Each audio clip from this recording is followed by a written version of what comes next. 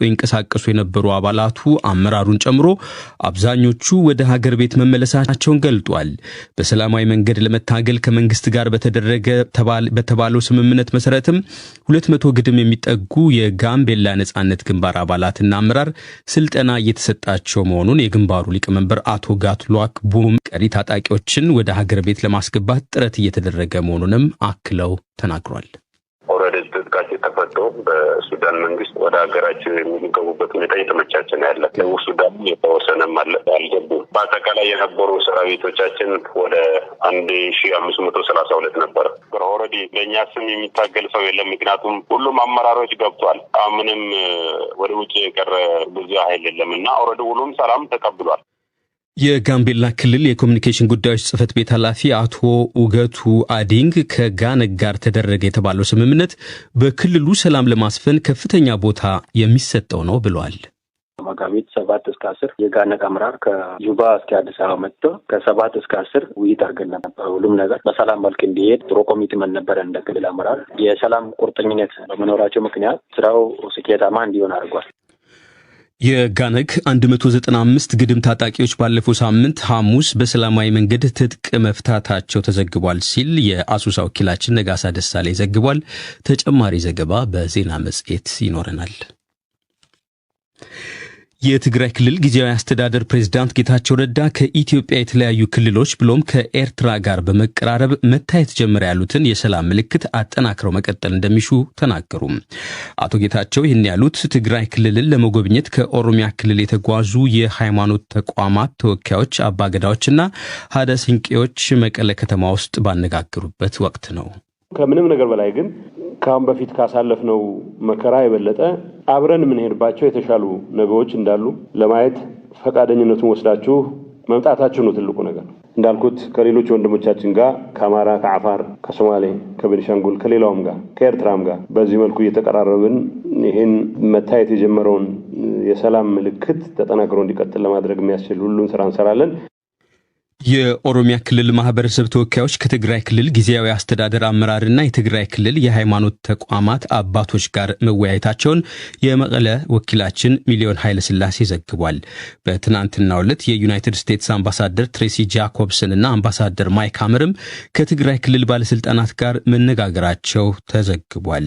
አሜሪካውያኑ ባለስልጣናት ከግጭት ስለመታቀብ ስምምነቱ ሙሉ ትግበራ ጠቀሜታ ከአቶ ጌታቸው ረዳና ምክትላቸው ጋር ትግራይ ክልል ውስጥ መነጋገራቸውን አዲስ አበባ የሚገኘው የዩናይትድ ስቴትስ ኤምባሲ በይፋዊ የፌስቡክ ገጹ ዛሬ ዘግቧል። በደቡብ ክልል ሀዲያ ዞን በምስራቅ ባድዋች ወረዳና ሾኔ ከተማ የሚገኙ የመንግስት ሰራተኞች ላለፉት 3 ወራት ደሞዝ ባለማግኘታችን ለችግር ተዳርገናል በማለት አማረሩ። በወረዳውና በከተማ አስተዳደሩ ከ2000 በላይ ሰራተኞች በማገልገል ላይ እንደሚገኙ የሚናገሩት ሰራተኞች በደሞዝ እጦት የተነሳ ስቃይ ውስጥ ነው ያለነው ብለዋል። በጣም ከልክ ያለፈ ስቃይ ውስጥ ነን ያለነው። እኛ አሁን በዚህ ሰዓት 3 ወር ደሞዝ ሲቆይ ማንም ለመንግስት ሰራተኛ በዚህ ሰዓት ቤት የሚያከራይ ሰው የለም። ቴሌቪዥን የሸጡ፣ ፍራሽ አውጥቶ የሸጡ፣ ወንበር የሸጡ መንግስት ሰራተኞች ነበሩ በዚህ ወር እንዳለ ማለት። ሌላኛው ሰራተኛ በበኩላቸው ደሞዝ ባለማግኘታቸው ብዙዎች ወደ ገጠር ቤተሰብ ጋር ለመሄድ መገደዳቸውን ተናግሯል። ተከራይተን ያለንበት ቤት የሚከፈል ብራችን ለልጆቻችን ወጣታችን የምንበላው የምንጠጣው እንግዲህ በደሞዛችን ስለሆነ ምንም ነገር አጥተን አሁን ወደ የገጠር ወደ የቤተሰቦቻችን ተበታትነን ነው ያለነው። ሰራተኞቹን ደሞዝ መክፈል ያልተቻለው የቀድሞ የወረዳው አመራር የመንግስት ሰራተኞችን የደሞዝ በጀት በዋስትና በማስያዝ የወሰዱት የአፈር ማዳበሪያ ዕዳ ባለመከፈሉና በዋስትና የተያዘው የደሞዝ በጀት ለአበዳሪው አካል ገቢ በመደረጉ ነው ተብሏል።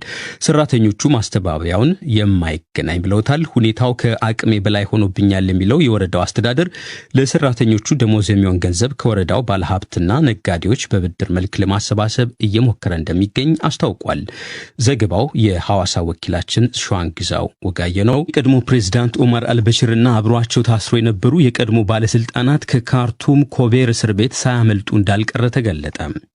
ከኦመር አልበሽር ጋር አብሯቸው የሰሩ የቀድሞ ሚኒስትር አሊ ሃሮን ከሌሎች እስረኞች ጋር ከኮቤር እስር ቤት ትናንት መውጣታቸውን ገልጧል። ከአልበሽር ጋር ከእስር ቤቱ የወጡት የቀድሞ መንግስት ባለስልጣናት 30 መሆናቸውንም ሮይተርስ የዜና ምንጭ ዘግቧል። ከእስረኞቹ መካከል እንደ ኦመር ሐሰን አልበሽር ሁሉ በዳርፉር ግጭት ፈጽሟቸዋል በተባሉ ኢሰብአዊ ወንጀሎች ዘሄግ በሚገኘው ዓለም አቀፍ የጦር ወንጀሎች መዳኛ ፍርድ ቤት የሚፈለጉት አብደል ራሂም መሐመድ ሁሴን ይገኙበታል ተብሏል። ኦመር አልበሽር አሁን የት እንደሚገኙ እንደማይታወቅም የዜና ምንጩ አክሏል። የእስረኞቹ ከኮቤር ወህኒ የመውጣት መረጃ ለሮይተርስ የተናገሩት አሊ ሃሮን ራሳቸው ዘሄግ በሚገኘው ፍርድ ቤት የሚፈለጉ ናቸው። አንዳንድ ምንጮች ደግሞ ኦመር አልበሽር ከወህኒ ወጥተው ወደ ጦር ሰራዊቱ ሐኪም ቤት የተዘዋወሩት ብርቱ ውጊያ ከመጀመሩ በፊት ሚያዝያ 7 ቀን ነው ሲሉ ለሮይተርስ ተናግሯል። የፈረንሳይ ዜና አገልግሎት በበኩሉ ኦመር አልበሽርን ጨምሮ በዓለም አቀፉ ፍርድ ቤት ተፈላጊ እስረኞች ከወህኒ ቤት ማምለጣቸውን ዛሬ ዘግቧል። በዩናይትድ ስቴትስ በኩል የሱዳን ጦር ሰራዊትና ፈጥኖ ደራሽ ኃይሉ በመጻሩ አርኤስኤፍ ለ72 ሰዓታት የገቡት የተኩስ አቁም ስምምነት ገቢርነቱ አጠራጥሯል። ጦር ሰራዊቱ ካርቱም ውስጥ ፈጥኖ ደራሹን ኃይል ትናንት ከአየር ሲደበድብ ነበር። ከሱዳን ዋና ከተማ ካርቱም በስተምዕራብ መግቢያ ላይ ደግሞ ዛሬ የጥይትና የፍንዳታ ድምጾች ሲሰሙ ነበር። የጀርመን መከላከያ ሰራዊት ከሱዳን ሰዎችን በማስወጣት ዘመቻው የመጨረሻዎቹን ከ700 በላይ ሰዎች ማስወጣቱን አስታወቀ። የጀርመን መከላከያ 200 ግድም ጀርመናውያንን ጨምሮ ከ700 በላይ ሰዎችን ትናንት ማምሻውን በማስወጣት የሱዳን ተልእኮን ማጠናቀቁን ይፋ አድርጓል። ስድስተኛውና የመጨረሻ በረራውም 78 ሰዎችን ወደ ዮርዳኖስ በሰላም አሳርፏል ሲል የጀርመን መከላከያ ሚኒስትር በይፋዊ የትዊተር ገጹ መግለጡን የፈረንሳይ ዜና አገልግሎት ዘግቧል። በተያያዘ ዜና 189 የቱርክ ዜጎች በአዲስ አበባ ቦሌ አየር መንገድ በኩል አድርገው ቱርክ ኢስታንቡል ከተማ ዛሬ መግባታቸው ተገልጧል። ከ1600 በላይ የቱርክ ዜጎች ከሱዳን በአውቶቡሶች ተጭነው ወደ ኢትዮጵያ መግባታቸውም ተጠቅሷል። የበርካታ ሀገራት ዜጎች ከሱዳን ባገኙት ቀዳዳ ሁሉ በመውጣት ላይ ናቸው። ሱዳን ውስጥ በጦር ሰራዊቱና በፈጥኖ ደራሽ ኃይሉ ውጊያ እስከ ዛሬ ድረስ የሞቱት ሰዎች ቁጥር ከ400 በልጧል። ከ3700 በላይ ሰዎችም በውጊያው መቁሰላቸው ተዘግቧል። አፍጋኒስታንን የሚያስተዳድረው የታሊባን ቡድን ባደረሰው